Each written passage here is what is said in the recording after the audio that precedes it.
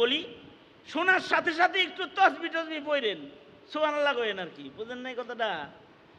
হযরত উসমান এত কোরআন পড়তেন যে উনি 2 রাকাত নামাজে পুরা কোরআনে মজিদ খতম করতেন, 1 রাকাতে খতম করে ফেলতেন। 2 রাকাত না, 1 রাকাতে খতম করে ফেলতেন হযরত উসমান, এত কোরআন শরীফ পড়তেন।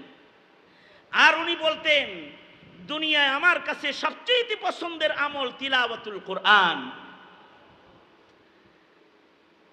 কোরআনে কারীম তিলাওয়াত করলে খালি দামি হয় তা না, তিলাওয়াত করলে কলব সুস্থ হয় খালি তা না, কোরআন তেলাওয়াত করলে দেহও সুস্থ হয়।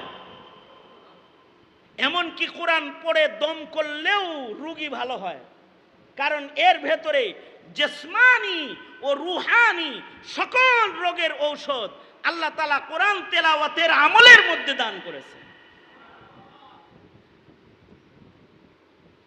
ওয়ানুনাজ্জিলু মিনাল কুরআনি মা হুয়া শিফাء ওয়ানুনাজ্জিলু মিনাল কুরআনি মা হুয়া শিফাء ওয়া রাহমাতুল লিল মুমিনিন ওয়ালা ইয়াজিদুয যালিমিনা ইল্লা খাসারা। কোরআনে রোগ মুক্তি আছে, শিফা আছে, জিসমানি রুহানি। কোরআন আমার জন্য রহমত, মুমিনের জন্য রহমত, কাফেরের জন্য জহমত। আমাদের জন্য, মুসলমানের জন্য কোরআন হলো রহমত, কিন্তু বেদনার বিষয় হলো শতকরা 99% মুসলমান আল্লাহর কালাম পড়া জানে না।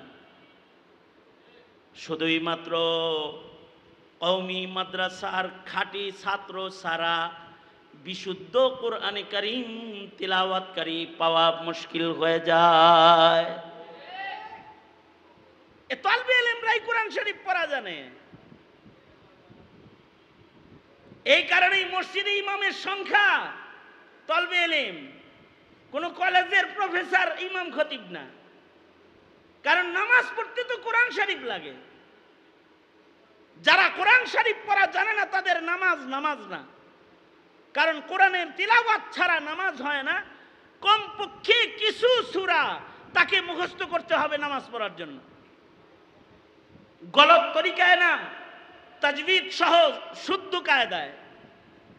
কোরআনকে ভেঙ্গে চুরে না, অল্প পড়ুক, 2টা সূরা 3টা সূরা পড়ুক, কিন্তু শুদ্ধ করে পড়বে। সর্বনিম্ন যদি 3টা সূরাও জীবনে কেউ মুখস্থ না করতে পারে শুদ্ধ করে,